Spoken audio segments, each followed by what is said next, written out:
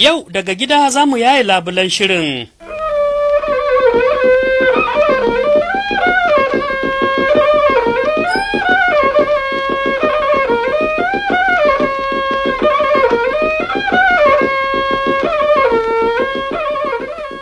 Wani mai sauraronmu ne mai suna Hussaini Jibrin ya ce BBC waye maku gogen nan da kuke buɗe tasha da shi, kuma a wace shekara BBC ta fara amfani da shi.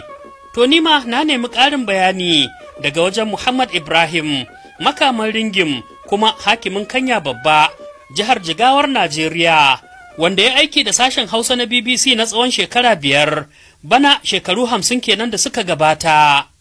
Shi wannan goge na buɗe tasha wani mai goge ne mutumin Katsina, ana kiransa Lauri Katsina. A lokacin yakin duniya na biyu har zuwa ƙarshensa su biyu ne dai a ƙasar Hausa wanda suka fice wajen harkar goge, da shi da wani washi ɗan titi. To a lokacin yaƙi wani DO da yake Katsina sai ya ji wannan goge na wannan mutum. Wato jami'in mulki? Lokacin kasan tura ne ke suna aiki, akwai resident akwai DO da sauransu. Na'am. To sai ya saurari wannan goge, babu waka gogen da ya tsotsa, to sai abin ya ba shi sha'awa. To a lokacin BBC suna yawo a ƙasashen Afirka, suna ɗaukan kaɗe-kaɗe amma wanda ba waka a ciki.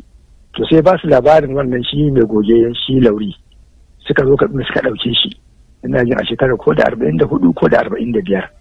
To kaji yadda aka yi, BBC ta samu wannan, suka je suka daddasa shi, ina tsammanin kamar rabin minti ne ko saka 25 kashi-kashi.